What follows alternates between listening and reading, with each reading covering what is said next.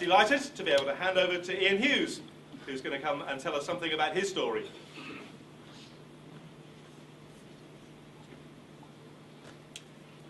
Well, good evening, everyone. When I came in earlier, they said there was problems with the microphones and they needed somebody with a big gob to give their testimony so everybody could hear. That job landed on me, so here I am. A little bit about my background is I was born in Germany into a large family. I'm the middle of 5 children, 2 older brothers, 1 younger brother and a sister as well. And like many people up and down the country, we were all baptised as children. But that is as far as my Christian experience went. Apart from having returned back from a tour of duty in Hong Kong, we were sent to a Catholic primary school, St. Joseph's in Upton. My family are from the Wirral, from Birkenhead, and of course, growing up, there were 2 places I always said I'd never live or work. One of them was Runcorn, where I ended up serving as a curate, and the other was Wallasey, because I was from Birkenhead, and we didn't go to Wallasey. Look what happened to me. I ended up in Seacombe. I keep telling God, I'm never going to work in Bahamas. Let's see how that goes. So I had no real experience of church growing up at all. We had the days of obligation when we were in school, when we were wheeled out as a class into the next door church for whatever holy day it was, and then we were all wheeled back into class afterwards. But it really meant nothing to me at all. It was just something we did because I was a Catholic. At the age of 11, tragedy struck my family when my dad died. 11 years old, just coming to my teens, and there was no father for me there. And in a funny sort of way, as many people do, I sort of blamed God. And to me, any God of love wouldn't have let that happen to my family. I'm sure you've heard similar things, maybe you've said similar things in your own life. So I sort of gave up on the little church I knew. I didn't want to be a part of the days of obligation. I went out, I sat in the back, I messed around. But really, it was no longer for me. And I just got on and lived my life. Went on to secondary school, left, and got a job at Unilever. But in those sort of later teens, just before I started work, I started to think about the world and my place in it. Now, I'd known I'd given up on this Christian God. I didn't want anything to do with that. But I began to investigate maybe there was another religion which was good for me. At the time, I was into martial arts, and part of that was doing Kung Fu and learning all about Buddhism. And that intrigued me, because really, there was nothing about going to church. There was nothing about doing certain rituals. It was all about really trying to experience God for yourself, in yourself. Now that sounded quite attractive to me, because I wouldn't have to go to church. And I could still live my life normally, but just have this other bit tagged on. I also got involved in reading all about the weird and wonderful conspiracy theories that were happening in the world. But it was while I was working at Unilever, and I was living on the Woodchurch at the time, that this guy that I worked with offered me a lift one day. He drove past, I was waiting at the bus stop, and he said, "Do you want a lift to work?" He worked at Unilever, he wasn't just some strange random guy passing, offering lifts to handsome young men. He was a guy that I worked with, and he said, "Do you want a lift in?" I said, "Okay." So we got in the car, and on the way, we started talking, and he was a Christian. And he went to a church in Pensby, a free church, Emmanuel in Pensby. Some of you may know it. And over those sort of weeks and months of getting a lift in every morning, because he started picking me up every morning, we got talking about his faith. I still didn't believe what he had to say. I still thought Buddhism was the way for me. But I was intrigued by what he said. And so, out of respect, I would listen, and we would share, and we would talk. But again, that's as far as any commitment went for me. But then one day, he invited me to a men's evening that was taking place at his church. Now, if there's any way of getting me interested in anything, it's to say there's food. If you say there's food, and especially if it's free, I'll be there.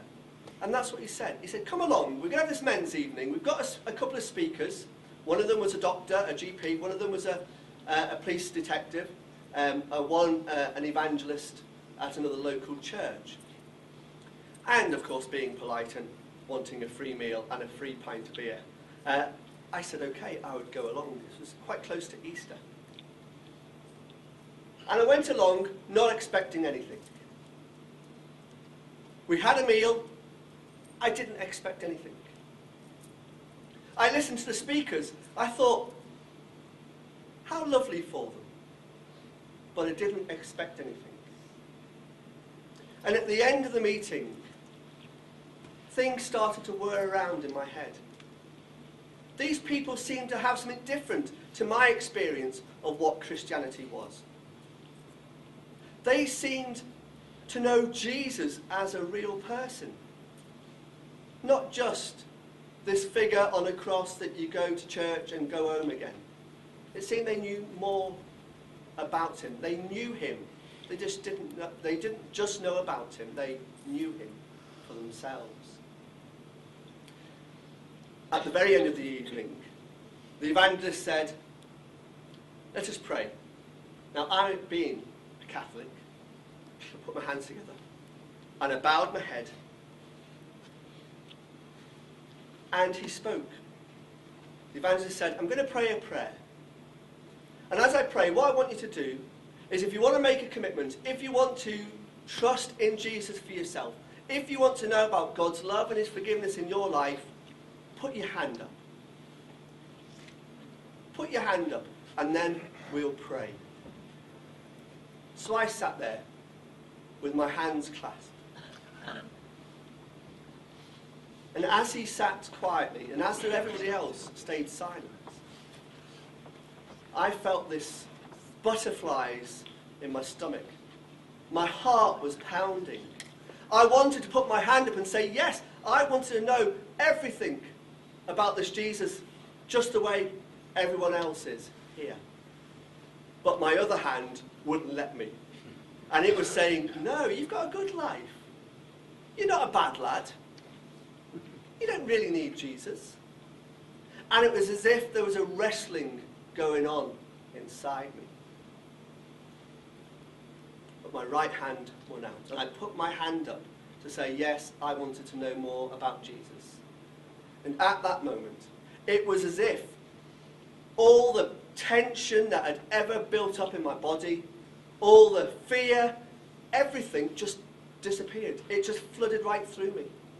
And this real sense of peace came upon me. I can't explain it. And I don't think everybody has that same experience. But that night, I believe that was God coming into my life. And he made a difference. I was so excited, I couldn't stop laughing.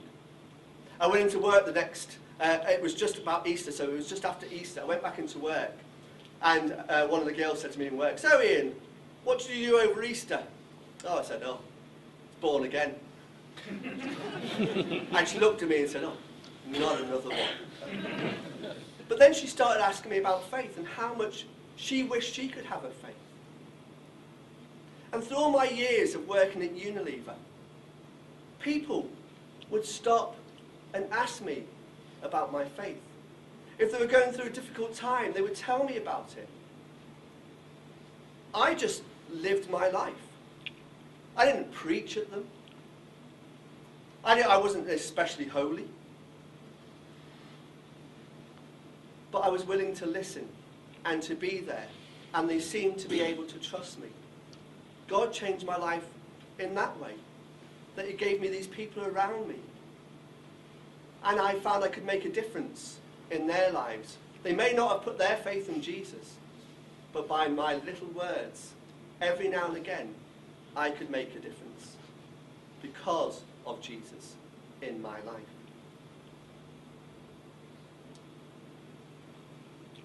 It wasn't long after I became a Christian that I actually went to a Buddhist temple in China. If any of you have seen the film Kung Fu, that was the temple I went to because I was doing Kung Fu at the time. But I was a Christian. And I didn't know what I was going to do. I've just paid £1,400 for this trip. I wasn't going to give it up just because I became a Christian. So I went and had my passport stolen. I ended up being held in customs in Hong Kong. And they said, you know what? We're going to send you home tomorrow. But this afternoon you can go for a walk around the airport, but you just don't leave the airport because you've got no passport. But I left the airport and I went to find a church. And I found this church called Emmanuel. Not the same one as where I came from. This church called Emmanuel. And I went in and they were just closing up. And I got talking to the old Chinese caretaker that was there and told him my predicament and how I'd just not long become a Christian. And he said, well, we've got a men's evening tomorrow night. Come and share your story. I said, well, I can't because they're sending me home. And he said, we will pray for you. And they prayed for me. I got back to the airport without customs knowing I'd left. And they said, you can stay. We'll get you an emergency passport. So I went to that men's evening. And while I was there, I heard this guy speak. His name was Lauren Cunningham, one of the founders of YWAM and Mercy Ships. And he talked about the work of Mercy Ships. And I thought, what a fantastic thing that is. And I felt like God was saying, you're going to work on those ships. I'd never thought about that in my life, working on a ship. And I went back and I told everybody. When I got home, I told everybody, I'm going to work on a ship. When? Well, I don't know. I'm going to work on this ship. Which one? Well, I don't know. I'm going to work for YWAM. Really? When? Well, I don't know. And it was like that. And 7 years later, I had that stirring again about working on a ship. And the Anastasis, the YWAM ship, came into Birkenhead dock.